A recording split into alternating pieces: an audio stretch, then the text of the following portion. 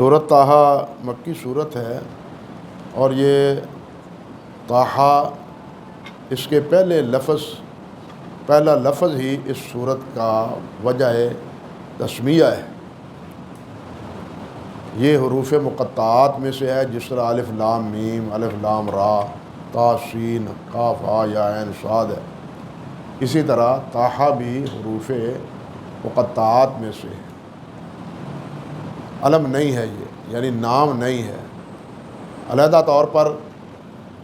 تو یہاں دو لفظ آئے ہیں، لیکن طا اور ہا یہ دوسرے مقامات پر بھی اسی طرح حروف مقطعات میں شمار ہوئے، جیسے طا سین ہے، یا جس طرح کاف ہا یا عین صاد ہے۔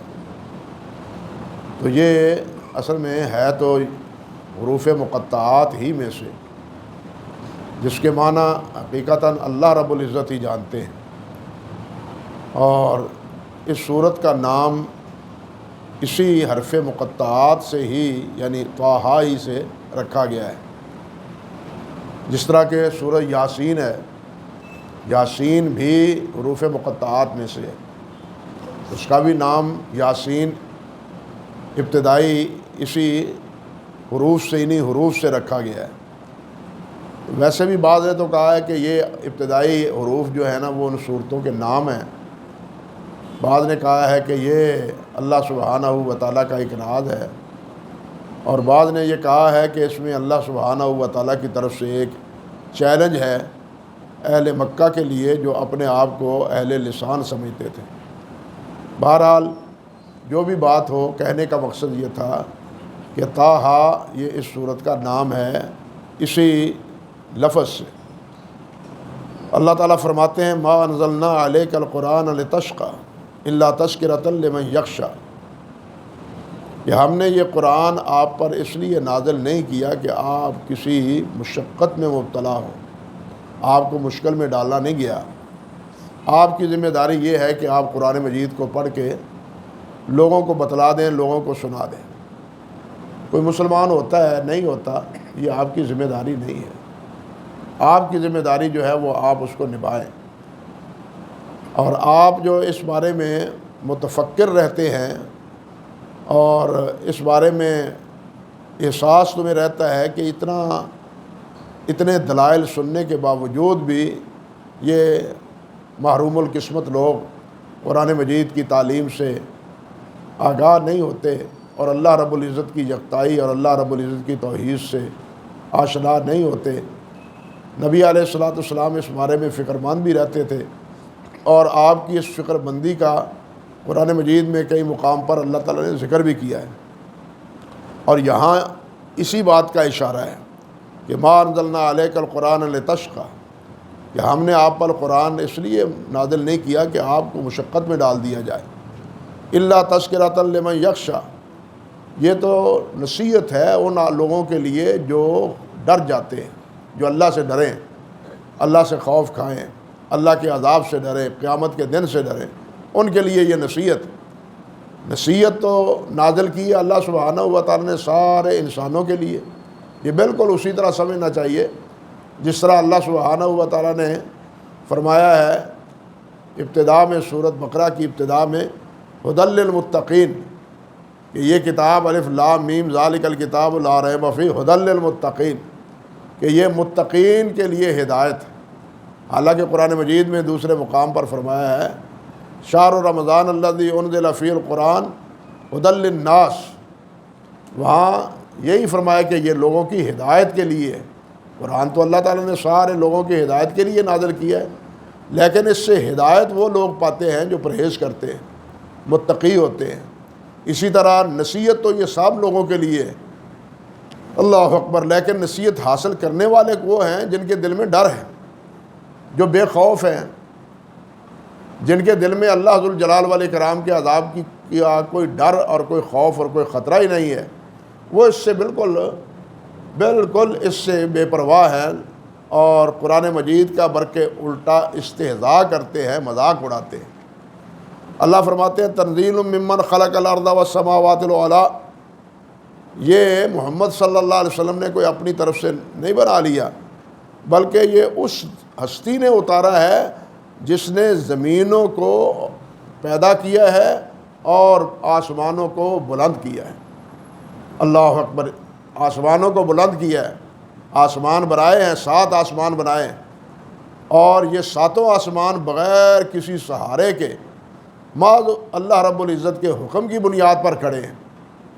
کوئی چھت سہارے کے بغیر قائم نہیں رہتی، کوئی چھت نہیں قائم رہتی سہارے کے بغیر، لیکن یہ آسمان ایسے ہیں کہ کوئی چھت ان کے نیچے کوئی سہارا نہیں ہے، اور محض اللہ رب العزت نے حکم دے رکھا ہے کہ تم نے یہاں کھڑے رہنا ہے، اور یہ اپنی تمام تر بلندیوں کے باوجود کیا ہیں؟ اپنے مقام پر کھڑے ہیں۔ یہ ہے اللہ کی قدرت۔ اللہ جس چیز پر چاہے، جس چیز کے بارے میں چاہے حکم فرما دے، اور اس میں یہ کوئی مجال نہیں کہ وہ اس حکم کی مخالفت کر سکے۔ اللہ رب العزت نے آسمانوں کو یہ حکم دیا، اور وہ کیا ہے؟ چھت کی صورت انہوں نے اختیار کر لی۔ الرحمن علی العرش استویٰ، وہ اللہ جو رحمان ہے اور مستوی عرش، اللہ ذوالجلال عرش پر ہے۔ بہت سے لوگ یہ کہتے ہیں کہ معاذ اللہ، اللہ ہر جگہ ہے، ہر جگہ اللہ تعالیٰ موجود ہے۔ یہ عقیدہ صحابہ کرام میں سے کسی کا نہیں تھا، کسی صحابی کا یہ عقیدہ نہیں ہے کہ اللہ ذوالجلال ہر جگہ موجود ہے، بلکہ کسی امام کا بھی یہ عقیدہ نہیں ہے۔ امام مالک ہیں، امام شافعی ہیں، امام ابو حنیفہ ہے، امام احمد ہے، یہ فقہائے کرام جو ہیں ان میں سے بھی کسی کا یہ عقیدہ نہیں ہے۔ یہ سب کہتے ہیں کہ اللہ تعالیٰ عرش کے اوپر ہے۔ عرش کے اوپر ہونے کی کیفیت کیا ہے، اس کا ہمیں کوئی علم نہیں ہے۔ امام مالک رحمۃ اللہ علیہ سے یہی مسئلہ پوچھا گیا تو انہوں نے فرمایا کہ الاستواء معلوم والکیفیت مجہول والسؤال عنہ بدعۃ۔ فرماتے ہیں استواء کا معنی تو پتہ ہے کہ اوپر بلند ہونا، یعنی عرش کے اوپر ہونا۔ معاذ اللہ اس کا یہ معنی نہیں کہ اللہ ذوالجلال جس طرح میں کرسی پر بیٹھا ہوں اس طرح اللہ تعالیٰ عرش پر بیٹھے، یہ مشابہت یا یہ کیفیت نہیں ہے، بلکہ اللہ تعالیٰ عرش کے اوپر ہیں۔ اوپر ہونے کی کیا کیفیت ہے اس کو اللہ ذوالجلال جانتے ہیں۔ امام مالک فرماتے ہیں کہ استواء سمجھ آتا ہے، اس کا معنی کیا ہے؟ اس کا معنی یہ نہیں ہے کہ اللہ غالب ہے۔ استواء کے معنی علو کے معنی ہے، عالی ہے، اوپر ہے، اور یہ مفہوم صرف اسی آیت میں نہیں، اللہ ذوالجلال کی یہ صفت علو بہت سی قرآن مجید کی آیات میں اور بہت سی احادیث مبارکہ میں آئی ہے، اور حضرات محدثین رحمہ اللہ نے مستقل اس موضوع پر کتابیں لکھی ہیں۔ حافظ ذہبی رحمۃ اللہ علیہ کی مستقل کتاب ہے کتاب العلو، کتاب العلو اسی موضوع پر کہ اللہ ذوالجلال اوپر ہے، آسمانوں کے اوپر۔ نبی علیہ الصلوۃ والسلام کے پاس ایک غلام آیا، ایک صحابی آئے، کہنے لگے جی کہ میرے لونڈی ہے، میں نے اس کو مارا ہے، اور میں اب اس کے کفارے کے لیے اس کو آزاد کرنا چاہتا ہوں۔ نبی علیہ الصلوۃ والسلام نے فرمایا اس کو میرے پاس لاؤ۔ نبی علیہ الصلوۃ والسلام نے کے خدمت میں حاضر ہوئی، ان سے پوچھا نبی علیہ السلام نے میں کون ہوں؟ کہنے لگی محمد رسول اللہ صلی اللہ علیہ وسلم۔ آپ نے پوچھا اللہ کہاں ہے؟ اس نے آسمان کی طرف اشارہ کیا، اس نے آسمان کی طرف اشارہ کیا۔ نبی علیہ السلام نے فرمایا عاتقھا فإنھا مومنہ، یہ مومن ہے، اس کو آزاد کر دو۔ یعنی یہ مومن ہے، ایماندار ہے، اللہ پر صحیح ایمان ہے، لہذا صحیح ایمان کیا ہے؟ اللہ اوپر ہے، اور اوپر ہونے دیکھیے کمال یہی ہے، یہی کمال ہے، سمجھ لیں یہ بات کہ آسمانوں کے بھی اوپر، سدرۃ المنتہا کے بھی اوپر، پھر اس کے اوپر عرش، عرش سے بھی اوپر، سب سے وراء الورا ہونے کے باوجود ہر زمین کی ہر چیز، آسمانوں کی ہر چیز، فضا کی ہر چیز سے اللہ ذوالجلال کی نگاہ میں ہے، اور ہر چیز اللہ ذوالجلال والاکرام اللہ رب العزت کے علم میں ہے، اور ہر مخلوق کی اللہ ذوالجلال وہاں سے سنتا ہے اور دیکھتا بھی۔ یہی کمال ہے اللہ سبحانہ و تعالیٰ، اور یہ ایسی اللہ تعالیٰ کی صفت ہے کہ جس میں اور کوئی اللہ ذوالجلال کا شریک نہیں ہے۔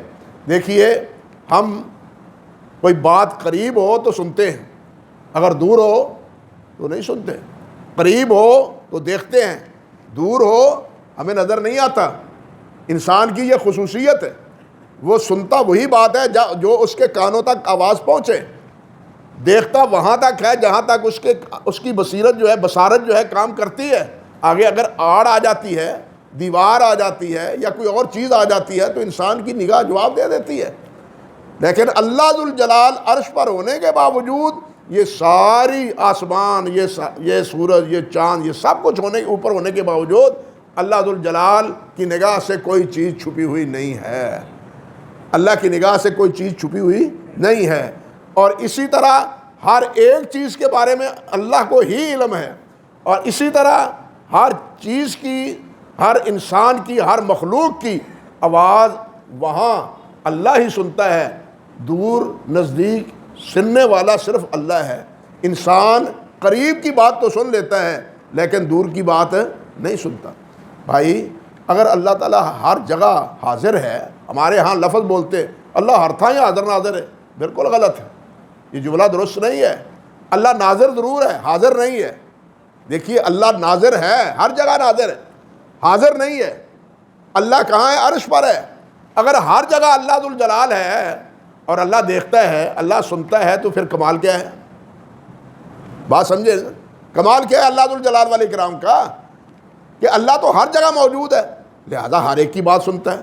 ہر جگہ موجود ہے، ہر چیز کا علم موجود ہے، ہر جگہ موجود ہے، ہر ایک کو دیکھتا ہے. اس میں کمال تو نہیں ہے؟ اگر آپ ہر جگہ موجود ہوں تو ہر چیز کو دیکھیں بھی، سنیں بھی اور اس کو سمجھیں بھی. کمال تو یہ ہے کہ اللہ عرش پر ہے، ورا مخلوق سے ورا الورا ہے، لیکن پوری مخلوق اس کی نگاہ میں. بات سمجھے نا؟ پوری مخلوق اس کی نگاہ میں.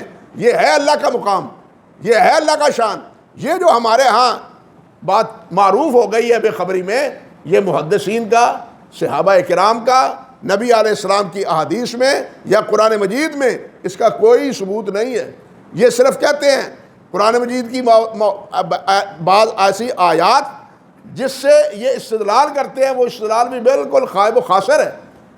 یہ موضوع نہیں. میں تو صرف ایک ضمنی طور پر بات آئی ہے کہ اللہ تعالیٰ نے فرمایا کہ اس اللہ نے اس قرآن کو نازل کیا ہے جو مستوی عرش، اور ساتھ فرمایا لہو ما فی السماوات وما فی الارض وما بینہما وما تحت الثری. اللہ اکبر کبیر. آسمانوں میں جو کچھ ہے، زمینوں میں جو کچھ ہے، سب اس کی ملکیت ہے، سب اس کی ملکیت ہے. آسمانوں میں بھی جو ہے، زمینوں میں بھی جو ہے. آسمان میں فرشتے ہیں، آسمانوں پر جنت ہے، دوزخ ہے نیچے. جنت ہے اوپر، دوزخ ہے نیچے. پھر سورج ہے، چاند ہے، ستارے ہیں، سیارگان ہیں، جو انسان ہیں، جنات ہیں، حیوانات ہیں، حتیٰ کہ شجر و حجر ہیں. ہر چیز اللہ کے اختیار میں ہے اور اللہ کی بادشاہت میں ہے، اللہ کی ملکیت میں. کوئی اس پر مالک نہیں ہے، کسی کا ان پر کوئی کنٹرول نہیں ہے، کسی کا ان پر کوئی اختیار نہیں ہے. اس تمام چیزوں پر اختیار کس کا ہے؟ اللہ وحدہ لا شریک لہ. ما فی السماوات وما فی الارض وما بینہما وما تحت الثری. وہ کہتے ہیں نا ثریا سے ثریٰ تک تمام کی بادشاہت، ملکیت، حکمرانی کس کی ہے؟ صرف اللہ کی. اور اللہ کی اس حکمرانی میں کوئی اس کا شریک نہیں ہے. اس لیے ساتھ فرمایا وَإِن تَجْهَرْ بِالْقَوْلِ فَإِنَّهُ يَعْلَمُ السِّرَّ وَأَخْفَى. تم اونچی آواز سے اللہ سے ندا کرو، آہستہ کرو. اللہ ذوالجلال کے لیے یکساں ہے، اللہ سنتا ہے. یہ نہیں کہ اونچی آواز سے کہو تو اللہ سنے اور آہستہ اگر پکارو تو اللہ نہ سنے. انسان کی یہ کمزوری ہے کہ اونچی کوئی بولے تو وہ سنتا ہے دوسرا انسان.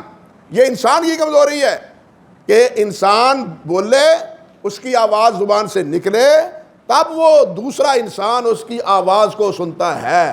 لیکن اللہ وہ اونچی آواز کوئی نہیں، آہستہ آہستہ جو صرف خود اپنے آپ کو سنائی دیتی ہے، اپنے آپ کو سنائی دیتی ہے، اللہ اس کو بھی سنتا ہے، اس کو بھی سنتا ہے اور اس کو بھی جانتا ہے. اللہ ذوالجلال نے فرمایا ہے کہ میں تو وہ چیز بھی جانتا ہوں، وہ چیز بھی جانتا ہوں جو تمہارے دلوں میں کھٹکا محسوس ہوتی ہے. یعلم خائنۃ الاعین وما تخفی الصدور. تمہاری آنکھیں جو خیانت کرتی ہیں، ہماری آنکھیں جو خیانت کرتی ہیں، دیکھتی ہیں، جھانکتے ہیں ایسے ایسے. دیکھتے ہیں نا, دیکھنا تو نہیں چاہیے لیکن دل مچلتا ہے تو ایسے دیکھ لیتے ہیں, لیکن پھر جب چوری پکڑی جاتی ہے پھر سیدھا ہو جاتا ہے. او کسی کو پتہ چلے نہ چلے اللہ کو پتہ ہوتا ہے, کسی کو پتہ چلے یا نہ چلے, انسان آنکھوں سے اشارے کرتا ہے, آنکھوں سے باتیں کرتا ہے. سارے انسان اس کے اشاروں کو نہیں سمجھتے, لیکن اللہ ذوالجلال اس کے اشاروں کو سمجھتا ہے. بلکہ آنکھوں سے کے اشارے سے بھی پہلے اشارہ بھی سبب ہے اس کے دل میں تصور آنے کا, کہ یہ دل میں تصور آیا ہے, اس کے نتیجے میں آنکھوں سے یہ اشارہ کر رہا ہے. اللہ ذوالجلال فرماتے ہیں وما تخفی الصدور, تمہارے سینوں میں جو بات مخفی ہے میں تو اس کو بھی جانتا ہوں. اور یہ خصوصیت صرف اللہ کی ہے, کسی اور کی نہیں ہے. فرمایا, اسی لیے فرمایا اللہ لا الہ الا ہو لہ الاسماء الحسنی, اللہ وہ ہے جس کے علاوہ کوئی معبود نہیں. یہ صفتیں اسی ایک معبود کی ہیں, اس کے علاوہ کوئی اور معبود نہیں ہے. اس کے بعد اللہ ذوالجلال والاکرام نے وَهَلْ أَتَاكَ حَدِيثُ مُوسَىٰ إِذْ رَأَىٰ نَارًا فَقَالَ لِأَهْلِهِمْ كُثُوا إِنِّي آنَسْتُ نَارًا. حضرت موسیٰ علیہ السلام 10 سال تک بکریاں چراتے رہے وعدے کے مطابق مدین میں. وہاں جب پورا وعدہ ہو گیا اور بیوی بھی مل گئی تو لے کے وہ روانہ ہوئے, بھی اب چلو عرصہ گزر گیا ہے, مصر کو چھوڑے ہوئے چلے اپنے وطن کو. اب چلے تو راستے میں کیا, سردی کا موسم تھا. بیوی زوجہ محترمہ وہ سردی سے ٹھٹر گئی, یہ پریشان ہو گئے کہ اب اس کا کیا علاج کریں. یہاں صحرا میں اچانک کیا دیکھتے ہیں, آگ روشن ہے ایک جگہ. اسے کہتے ہیں یار ٹھہرو, وہ آگ نظر آتی ہے مجھے, میں آگ لے کے آؤں, کچھ نہ کچھ سہارا تو ملے گا نا. اب موسیٰ علیہ السلام بیوی کو وہاں چھوڑ کے, زوجہ کو چھوڑ کے آگ لینے گئے. جب آگ لینے کے لیے آگے بڑھے تو اللہ ذوالجلال نے فرمایا جوتا اتار لو, جوتا اتار کے آگے بڑھو, یہ وادی مقدس ہے, عام جگہ نہیں ہے. موسیٰ علیہ السلام اور پریشان ہوئے کہ یہ کیا مسئلہ ہے, کیا ہے, کہاں سے آواز آ رہی ہے. اللہ تعالیٰ نے فرمایا موسیٰ انی انا اللہ, میں اللہ ہوں, میں تیرا رب ہوں اور میں نے تمہیں نبی بنا دیا ہے. اب موسیٰ علیہ السلام گئے تھے آگ لینے کے لیے, اللہ سے نبوت لے کے آ گئے. آگ لینے آئے تھے, نبوت اللہ تعالیٰ نے عطا فرما دی. نبوت اپنی ہی نہیں, سفارش کی کہ میں تو اکیلا ہوں, فرعون بڑا ہی سرکش ہے, اگر میرا مؤید اور ہم نوا, ہم خیال, میرا ہمدرد ساتھ میرے اور ہو تو کیا کہتے ہیں ایک تے ایک 11, پھر میرا وہ معاون ہوگا, میرے بھائی کو بھی نبوت دے دیں. اللہ نے فرمایا میں نے اس کو بھی نبوت دے دی. میں نے یہ تمہارے اوپر پہلا احسان نہیں کیا, اور اس سے پہلے میں نے موسیٰ تیرے اوپر کئی احسان کیے. یہ ساری تفصیل اسی صورت میں ہے, بہت سے احسانات کیے ہیں. اور جس وقت میں نے تمہاری والدہ کو یہ کہا تھا کہ جناب اس کو پانی کے سپرد کر دو, ایک پنگوڑے میں بنا کے لکڑی کے میں, اور پانی کے سپرد کر دو, میں نے موسیٰ علیہ السلام کے چہرے پر محبت کا بیج بو دیا. جو بھی دیکھتا تھا وہ فریفتہ ہو جاتا تھا موسیٰ علیہ السلام کا. اب یہ پہنچا, کہاں پہنچا, او جس سے بچنے کے لیے فرعون بنی اسرائیل کے بچے مروا رہا تھا. اللہ تعالیٰ نے فرمایا پھر میں رب کیا ہوا اگر میں تجھے دشمن کے ہاتھوں ہی نہ پلواؤں تھے, دشمن کے ہاتھوں تیری پرورش کرواؤں گا. اسی فرعون جس نے اپنے سلطنت کو بچانے کے لیے ہزاروں بچے بنی اسرائیل کے قتل کروائے اللہ تعالیٰ نے, اور وہ کس کے لیے, اسی موسیٰ علیہ السلام کے لیے. لیکن اللہ تعالیٰ نے موسیٰ علیہ السلام کو پالا کس کے گود میں, کس کے گھر میں, اسی فرعون کے گھر میں. یہ ہے اللہ, یہ ہے وہ اللہ. فرمایا موسیٰ میں نے تو اور بھی پہلے تمہارے اوپر بڑے احسان کیے ہیں. یہ ساری تفسیر اللہ ذوالجلال نے اس صورت میں آگے بیان فرمائی ہے. تو یہ ساری بات دراصل صحابہ کرام اور نبی علیہ الصلوۃ والسلام کو ایک دلاسے کے طور پر بتلائی گئی ہے. مکی زندگی ہے, صورت مکی ہے, مکہ مکرمہ میں سارے مخالف ہیں فرعون کی طرح. فرعون و حاضر امہ ابو جہل بھی ہے نبی علیہ السلام کے مقابلے میں, اور وہ کسی صورت بھی فرعون جیسے متکبر کے طرح کم تکبر میں نہیں تھا. وہ بھی یعنی ابو جہل، اور آئے دن نبی علیہ السلام کے خلاف سازشیں کرتا رہتا تھا۔ اللہ ذوالجلال نے یہ واقعہ سارا بیان کر کے بتلا دیا ہے کہ جس کی حفاظت میرے نبی میں کرنے پہ آؤں اس کا کوئی بال بنگا نہیں کر سکتا۔ آپ حوصلہ رکھیں، یہ جتنی بھی مکر و فریب کرتے ہیں کرنے دیں، لیکن آپ کو جو میں نے نبوت سے سرفراز فرمایا ہے بالآخر فتح کامیابی آپ کی ہے، جس طرح حضرت موسیٰ علیہ السلام کی کامیابی ہوئی تھی، آپ کی بھی اسی طرح اور آپ کے رفقا کی کامیابی ہوگی۔ یوں دلاسے کے طور پر یہ ساری تفسیر اللہ ذوالجلال نے صورت میں بیان فرمائی ہے سورۃ طٰہٰ میں۔ اور سورۃ طٰہٰ کے اختتام پر پھر اللہ ذوالجلال والے کرام، یہ بڑا تفصیلی واقعہ ہے، پھر اس کے بعد اللہ رب العزت نے حضرت آدم علیہ السلام کا ذکر کیا ہے کہ تمہارا اصل دشمن جو ہے نا وہ تو کیا ہے؟ شیطان ہے، اور اصل دشمن یعنی انسان نما شیطان بھی ہیں، لیکن جو اصل راس الشیاطین ہے وہ کیا ہے؟ وہ ابلیس ہے، وہ شیطان ہے جو تمہارے ابا کا دشمن تھا، تمہاری اماں کا دشمن تھا، اور اس نے ہی آدم علیہ السلام کی توہین کر کے ان کی عظمت کو تسلیم نہ کر کے پھر حسد کا مارا اور تکبر کا مارا ہوا، اس نے آدم علیہ السلام کو جنت سے نکلوا کے سانس لیا۔ اور یہ بات یاد رکھو کہ اس شیطان سے تم خبردار رہو، اس شیطان سے خود تم خبردار رکھو۔ میں نے زمین پر آتے ہوئے جب تم نے آدم علیہ السلام نے غلطی کر لی، یہ بھول گئے میرا پیغام اور شیطان کے قسموں پر انہوں نے اعتبار کر لیا، تو اللہ تعالیٰ نے معاف تو کر دیا لیکن زمین پر بھیج دیا، اور زمین پر بھیجتے ہوئے فرما دیا کہ تم جاؤ، تم دونوں یہاں سے جاؤ، لیکن یہ بات یاد رکھو میرا پیغام تمہارے پاس آئے گا، میرا پیغام تمہارے پاس آئے گا۔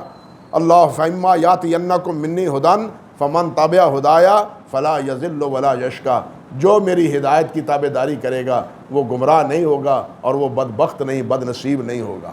نصیبے والا وہ ہوگا جو میرے اس پیغام کی تابع داری کرے گا، اور اسی طرح ہدایت پر وہ ہوگا جو میرے اس پیغام کی تابع داری کرے گا۔ فرمایا فَمَنِ اتَّبَعَ هُدَايَ فَلَا يَضِلُّ وَلَا يَشْقَىٰ وَمَنْ أَعْرَضَ عَنْ ذِكْرِي، اور جو میرے اس ذکر سے، اس ہدایت سے اعراض کرے گا فَلَهُ مَعِيشَةً ضَنْكًا وَنَحْشُرُهُ يَوْمَ الْقِيَامَةِ أَعْمَىٰ، ہم اس کی معیشت تنگ کر دیں گے اور قیامت کے دن پھر اس کو اندھا کر کے اٹھائیں گے، قیامت کے دن اس کو اندھا کر کے اٹھائیں گے۔ اور جب یہ اندھا اٹھے گا تو پھر کہے گا لِمَ حَشَرْتَنِي أَعْمَىٰ وَقَدْ كُنتُ بَصِيرًا، یا اللہ میری تو آنکھیں تھیں، آج آنکھیں کہاں چلی گئی میری ہیں، آج اندھا کیوں ہو گیا؟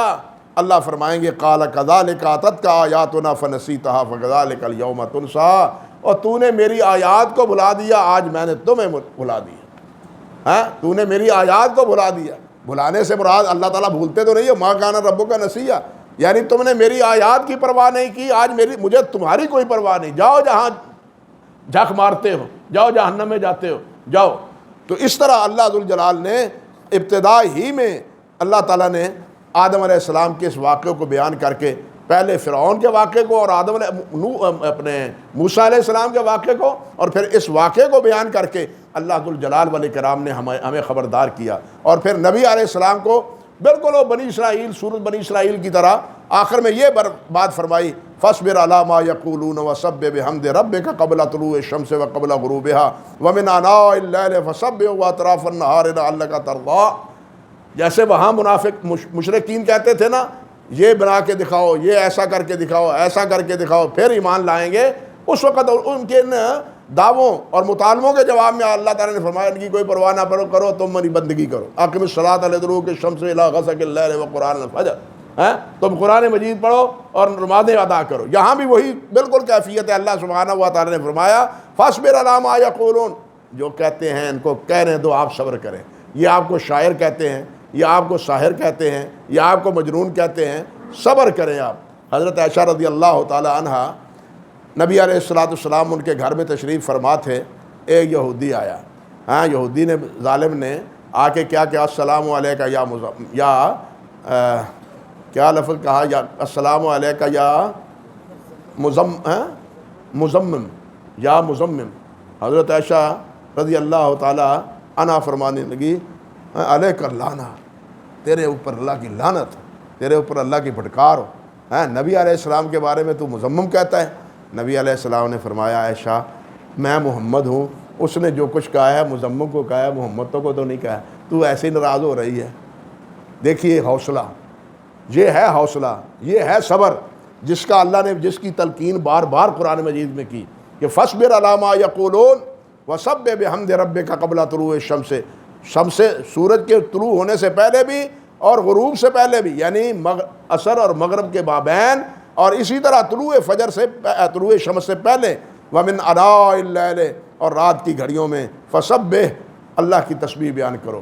تسبیح سے مراد یہاں علماء نے کہا ہے نماز پڑھو، نوافل پڑھو، نوافل پڑھو، واطراف النہار، دن کے دونوں طرف، یعنی مغرب کے وقت بھی صبح کے وقت بھی۔ تو اس طرح یہ نبی علیہ السلام کو یہ حکم، اور ساتھ یہ بھی فرمایا وَأْمُرْ أَهْلَكَ بِالصَّلَاةِ، آپ ہی نہیں، اپنے گھر والوں کو بھی نماز کی تلقین کریں، آپ ہی نماز نہ پڑھیں۔ وَأْمُرْ أَهْلَكَ بِالصَّلَاةِ وَاصْطَبِرْ عَلَيْهَا لَا نَسْأَلُكَ رِزْقًا نَحْنُ نَرْزُقُكَ وَالْعَاقِبَةُ لِلتَّقْوَىٰ، فرمایا ہم تم سے رزق کا سوال نہیں کریں گے، آپ کیا کریں، آپ اپنے اہل کو بھی نمازی بنائیں اور ان کو اس پر تلقین کریں، پختہ کریں ان کو۔ اللہ اکبر کبیرہ، اللہ اکبر کبیرہ۔ تو یوں سورت کے اختتام پر وہی اسلوب ہے جو اسلوب اللہ سبحانہ و تعالیٰ نے سورت بنی اسرائیل میں فرمایا ہے۔ اس کے بعد سورت الانبیاء ہے، اور اس کا نام یہ بھی سورت مکی ہے، اور اس سورت میں تقریباً 16 انبیاء کرام علیہ السلام کا ذکر ہے، اسی وجہ سے سورت کا نام سورت الانبیاء ہے۔ اور سورت انبیاء میں ذرا تفصیل سے واقعہ جو ہے وہ اللہ آپ کا بھلا کرے، پہلے حضرت موسیٰ علیہ السلام کا ہے اور پھر حضرت ابراہیم علیہ السلام کا ہے۔ باقی انبیاء کرام علیہ السلام کا ذکر خیر وہ اختصار سے ہے، اور ان واقعات سے، ان کے واقعات سے پہلے اللہ ذوالجلال نے ایک بات ارشاد فرما دی ہے کہ وما ارسلنا من قبلک من رسول الا نوحی الیہ انہ لا الہ الا انا فاعبدون، کہ جتنے بھی رسول ہم نے بھیجے ہیں ان تمام کو ہم نے یہی تلقین کی ہے کہ لوگوں کو یہ کہو کہ اللہ کی عبادت کرو، اللہ کے علاوہ کسی کی عبادت نہ کرو۔ اشارہ کیا ہے ان انبیاء کے ذکر میں کہ تمام انبیاء، آپ جو توحید کی دعوت دیتے ہیں یہ آپ کی توحید کی دعوت نئی نہیں ہے، تمام انبیاء کرام علیہ السلام کی یہی کیا ہے، یہی دعوت ہے تمام انبیاء کرام علیہ السلام کی۔ اور حضرت ابراہیم علیہ السلام کے ذکر میں تو اللہ تعالیٰ نے بڑی عجیب باتیں فرمائی ہیں، اللہ اکبر کبیرہ۔ جب انہوں نے وہ بتوں کو گرا دیا اور جو بڑا بت تھا نا اس کے کندھے پہ کلہاڑا رکھ دیا، عید کے روز وہ واپس آئے، جا کے اپنے معبودوں کے پاس دیکھیں ان کا حال، اور جا کے ان کے سامنے بھی ہاتھ جوڑیں اور سلام کریں جا کے، تو انہوں نے دیکھا وہ کوئی کس طرف ٹوٹا پڑا ہے، کسی کا ناک اترا ہوا ہے، کسی کا کان نہیں ہے، کسی کا بازو نہیں ہے، کوئی اونده منہ گرا ہوا ہے، اور یہ جناب کندھے پر اس کے کلاڑا پڑا، یہ کیا ہوا، یہ کیا ہوا، وہ کون کر گیا ان کو کون کر گیا، ہمارے معبودوں کو؟ اللہ اکبر، پریشان ہو گئے، کون کر گیا؟ کہنے لگا وہ ایک نوجوان ابراہیم عنوان دینے، وہ انہاں دے خلاف بڑیاں گلاں کردا ہوندا سی۔ ابراہیم پوچھو دے کولوں، انہیں تو نہیں یہ ساری شرارت کی تھی۔ اب ابراہیم علیہ السلام کو پوچھا تو ابراہیم علیہ السلام نے کہا یہ بڑوں سے بڑے سے پوچھ لو، جس کے کندھے پہ کلاڑا ہے اس سے پوچھ لو۔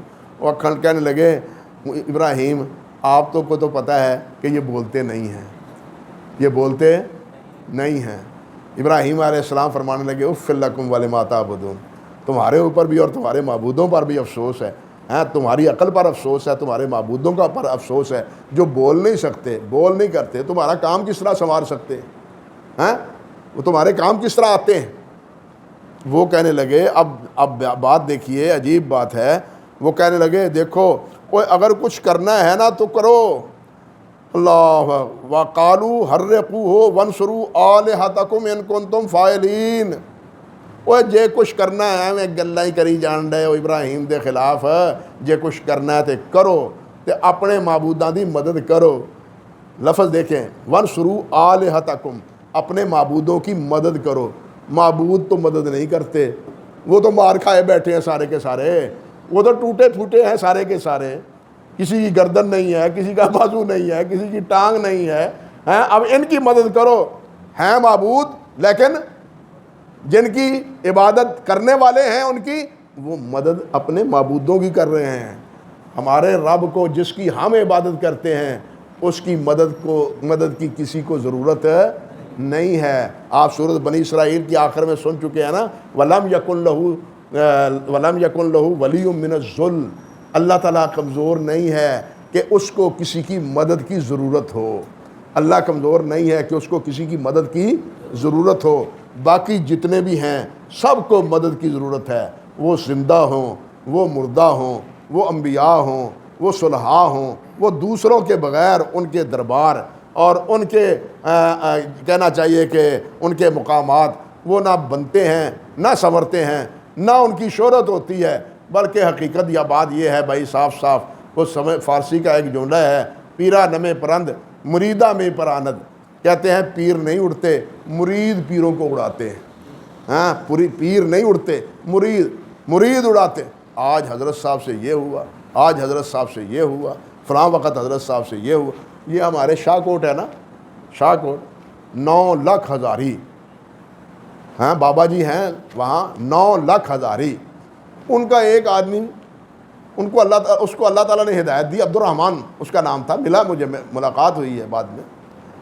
وہ کہا کرتا تھا جب اللہ تعالیٰ نے ہدایت دی تو وہ کہتا تھا او میرے پرا او فلانیا نہ لے کے او فلانے تھاں بہ کے آپ بابے دی کرامت آ نہیں سی بنائی، او فلانے تھاں بہ کے اساں بابے دی کرامت نہیں سی بنائی، اوے اللہ کو ڈر جاؤ، یہ کرامتاں اسی آپ ہی بنائیاں نے، آپ ہی انہاں دی شہرت دتی ہے، ارے کچھ نہیں کر سکتے، ہاں جو کچھ کر لین تے میں اج مخالفت کرن دیا آیا، میرا بگاڑ دین کچھ نہ کچھ۔ اللہ اکبر کبیرہ، بات تو وہی ہوئی نا، پیرا نمے پرند مریدہ میں پراند، پیر نہیں اٹھتا۔ ہاں، اور یہ بھی بات جب سمجھ لیں، حضرت ابو یزید بسطامی رحمۃ اللہ علیہ اور حضرت شیخ جنید رحمۃ اللہ علیہ وہ فرماتے ہیں اگر کوئی انسان ہوا میں اڑ کے تمہیں دکھا دے تو اس کو تم ولی نہ مانو جب تک یہ نہ دیکھ لو کہ یہ اللہ اور اللہ کے رسول کا فرما بردار ہے یا نہیں۔ اگر وہ اللہ اور اللہ کے رسول کا فرما بردار ہے تو وہ ولی ہے، اگر وہ اللہ اور اللہ کے رسول کا فرما بردار نہیں ہے، ہوا پر بھی اڑ کے دکھا دے تمہیں، تو اس کی ولایت کا اعتبار نہ کرو۔ اللہ والو، یہ ہے ان لوگوں کی باتیں جن کو ہم سمجھتے ہیں کہ وہ بڑے بزرگ تھے، بلکہ حضرت شیخ بسطامی رحمۃ اللہ علیہ ایک دفعہ جا رہے تھے، اب ذرا دیکھیے اس مسئلے کے بارے میں بھی، جا رہے تھے مسجد کی طرف، اور مسجد کی طرف کیا ایک حضرت صاحب کی زیارت کے لیے جا رہے تھے، حضرت صاحب کی زیارت، اور وہ حضرت صاحب اتفاقاً ملے مسجد کو جاتے ہوئے، وہ اتفاقاً ملے مسجد میں جاتے ہوئے، لیکن دیکھا کیا کہ وہ ان کو تھوک کی ضرورت محسوس ہوئی تو انہوں نے قبلہ رخ تھوک دیا، قبلہ رخ تھوک دیا۔ شیخ بستانی فرمانے لگے آؤ چلیں، آ جاؤ چلیے۔ کہنے لگے ساتھی شاگرد کہنے لگے اتنی دور سے آئے ہیں ملاقات کے لیے، ملاقات تو کر لیں۔ ہاں، فرمانے لگے جو دین کے اس ادب سے واقف نہیں ہے کہ بیت اللہ کی طرف منہ کر کے تھوکنا نہیں چاہیے، وہ دین کے باقی اہم مسائل میں کتنا مؤدب ہوگا؟ یہ کوئی ولی نہیں ہے، چلو گھر کو چلیں۔ یعنی لوگ ایسی باتیں کرتے ہیں، دیکھنا تو یہ ہے کہ اس کی زندگی اللہ کے رسول صلی اللہ علیہ وسلم کے احکام کی تابعداری میں ہے یا نہیں ہے۔ ہم اس کی پرکھ تو نہیں کرتے، لیکن ہوا میں اڑتا ہوا دیکھتے ہیں تو کہتے ہیں ولی ہے، پانی پہ چلتا ہوا دیکھتے ہیں تو کہتے ہیں ولی ہے۔ حالانکہ باتیں کئی بنائی جاتی ہیں، ہوتی نہیں ہیں، اور یہ ہوتی بھی کب ہے؟ جب حضرت صاحب فوت ہو جاتے ہیں، ان کی زندگی میں کام ہی ہوتی ہے، فوت ہونے کے بعد یہ بات کون پوچھے، کون تصدیق کرے؟ تو خیر، عرض کرنے کا مقصد یہ تھا، بات کہاں سے کہاں نکل گئی کہ وہ کہنے لگے اگر کچھ کر سکتے ہو تم تو ان حضرتوں کی مدد کرو، کوئی اس کو ابراہیم کو سبق سکھا دو۔ چلو جناب، طے ہو گیا کہ موسیٰ ابراہیم علیہ السلام کو آگ میں ڈال دیا جائے۔ اللہ اکبر کبیرہ، آگ میں ڈال دیا جائے۔ اب الاؤ اکٹھا ہو رہا ہے، لکڑیاں اکٹھی ہو رہی ہیں، جلانے کا پروگرام ہو رہا ہے، دن مقرر ہو گیا ہے۔ ابراہیم علیہ السلام کو آگ میں پھینکنے کی ترکیب وہ بھی شیطان نے بتلائی، جس طرح بعض مؤرخین نے اور مفسرین نے لکھا۔ اتنا بڑا الاؤ اور اس آگ میں ابراہیم کو پھینکنے کے لیے جائے کون ہے؟ جائے کون؟ کیسے ابراہیم کو پھینکے؟ انہوں نے کہا ایک پینگ نما چیز بناؤ، ابراہیم کو اس میں بٹھا کے ہلارا دو، اوپر سے رسے کاٹ دو، آگ میں جائے گا تو ابراہیم آگ میں گر جائے گا۔ اللہ اکبر۔ لیکن اللہ کیا فرماتے ہیں؟ اللہ فرماتے ہیں جب انہوں نے یہ ساری ترکیب کر کے ابراہیم کو آگ میں ڈال دیا، میں نے ایک ہی بات کہا، یا نار کونی بردم و سلام علی ابراہیم، او آگ ابراہیم پر ٹھنڈی ہو جائے۔ ابراہیم کا کچھ نہیں بگاڑنا تم نے، ابراہیم کو تکلیف نہیں آنی چاہیے، نہ ٹھنڈی اتنی ہو جائے کہ تب بھی تکلیف ہو، نہ گرم تب بھی تکلیف۔ یا نار کونی، صرف ایک حکم سے ابراہیم علیہ السلام محفوظ۔ یہ ہے اللہ، وہ نہیں ہے اور جو اپنے آپ کو بچا نہیں سکے بیچارے۔ سمجھایا یہ جو اپنے آپ کو بچا نہیں سکے وہ معبود وہ جس نے ابراہیم کو بچا لیا، ہاں معبود وہ جس نے ابراہیم کو آگ سے بچا لیا۔ اللہ اکبر کبیرہ۔ حضرت ابو مسلم خولانی رحمۃ اللہ علیہ تابعی ہیں، اللہ اکبر کبیرہ۔ ایک مدعی نبوت نے ان کو پکڑ لیا۔ نبی علیہ السلام کے آخری دور میں، صحابہ کے دور میں کچھ لوگ ایسے تھے جو نبوت کا دعویٰ کرنے لگے، تو ایک نے ان کو پکڑ لیا۔ ہاں بھائی ابو مسلم بتلاؤ میں کون ہوں، کیا کہتے ہو؟ مجھے نہیں پتہ چلتا کیا کہتے ہو تم، میں نبی ہوں کیا؟ مجھے نہیں سمجھ آتی، اور باتیں کرتے ہیں۔ اچھا جواب دیتے ہیں، وہ کہتا ہے تم بھی عجیب آدمی ہو، جب میں اپنی نبوت کی بات کرتا ہوں تمہیں سنتا نہیں ہے، اور جس وقت میں کوئی اور بات کرتا ہوں تو میری بات کا جواب دیتے ہو، یہ تم عجیب آدمی، اٹھاؤ اس کو آگ میں ڈال دو، پتہ چل جائے میری نبوت کا انکار کرنے والوں کا پتہ چل جائے۔ ان کو بھی آگ میں ڈال دیا گیا، لیکن اللہ تعالیٰ نے ان کو بھی آگ سے اسی طرح بچایا جس طرح حضرت ابراہیم کو بچایا۔ حضرت ابو عمر فاروق رضی اللہ تعالیٰ عنہ، ان کو اس قصے کا ان کا واقعہ معلوم ہوا، مجھے ملاقات ہوئی تو ان کی پیشانی کا بوسہ لیا اور اللہ کا شکر ادا کیا، یا اللہ تیرا شکر ہے کہ تو نے امت مصطفی میں بھی ایک ابراہیم پیدا کر دیا ہے۔ ہاں تو اللہ تعالیٰ آج بھی آگ کو گلزار کرنے پہ قادر ہیں۔ اور سورۃ بروج میں جن کا واقعہ ذکر ہے، انہوں نے تو اٹھا کے آگ میں ڈالا تھا نا، سورۃ بروج پڑھ کے دیکھیں، لیکن اللہ تعالیٰ نے اس آگ کو بھی ان کے لیے گلزار کر دیا تھا۔ حکم کس کا چلتا ہے؟ آگ جلاتی ہے لیکن نہیں جلاتی کس کے حکم سے؟ عرش والے کے حکم سے۔ کس کے حکم سے؟ عرش والے کے حکم۔ پانی بہا دیتا ہے، فرعون کو بہایا ہی ہے نا، فرعون کو اکیلے کو نہیں، فرعون کی ساری آل اولاد کو بہا کے پانی میں غرق کر دیا، لیکن موسیٰ علیہ السلام اور ان کے بنی اسرائیل ساتھی جو ہزاروں کی تعداد میں تھے، وہ پانی سے جناب راستہ بنا دیا اللہ تعالیٰ نے اور صاف نکل گئے۔ یہ اللہ تعالیٰ کی قدرت ہے، اللہ تعالیٰ کے اختیار میں ہے سب کچھ۔ اللہ قادر ہے، جو چاہے کرے اور جو چاہے فیصلہ فرمائے۔ اللہ کے لیے کوئی مشکل نہیں ہے۔ ایک چیز متضاد ہوتی ہے، اس متضاد چیز کو بھی جمع کر دینا یہ اللہ کے اختیار میں ہے، جو ہماری سمجھ سے وراء الورا ہے، ہماری سمجھ سے بالکل جدا ہے، لیکن اللہ کے لیے کوئی چیز مشکل نہیں ہے۔ ابراہیم علیہ السلام کا یہ واقعہ اسی لیے اللہ تعالیٰ نے ذکر کیا۔ پھر باقی انبیاء علیہ السلام کا ذکر ہے، اور ان میں بالخصوص حضرت زکریا کا اختصار کے ساتھ اور حضرت ایوب علیہ السلام کا اختصار کے ساتھ ذکر کیا ہے، اور صاف یہ فرمایا اللہ تعالیٰ نے، دیکھو میرے یہ بندے اتنی بڑھاپے میں مبتلا ہو گئے، کتنے سال تک بیمار رہے، لیکن انہوں نے میرے علاوہ کسی اور کو پکارا نہیں ہے، بیماری میں مجھے ہی پکارا ہے۔ اور زکریا علیہ السلام نا امید ہوئے ہیں، بڑھاپے میں بھی آ کے اللہ ذوالجلال پر امید رہی ہے، اللہ کے علاوہ کسی اور کا دروازہ جا کے زکریا علیہ السلام نے کھٹکایا نہیں ہے۔ یہ ہے نبیوں کی تعلیم، یہ ہے نبیوں کا راستہ میرے بھائی، لیکن ہمارا راستہ آج نبیوں سے جدا ہمیں نظر آتا ہے، ہماری کیفیت اس سے مختلف ہے۔ اللہ تعالیٰ ہمیں انبیاء کرام کے راستے پر، سید الانبیاء حضرت محمد رسول اللہ صلی اللہ علیہ وسلم کے راستے پر چلنے کی توفیق عطا فرمائے۔ آگے سورۃ الحج ہے، انشاءاللہ اللہ نے چاہا تو اس کے بارے میں اگر کل کی مجلس میں کچھ باتیں عرض کرنے کی کوشش کروں گا۔ وما توفیقی الا باللہ، سبحانک اللہم و بحمدک، اشہد ان لا الہ الا انت، استغفرک و اتوب الیک۔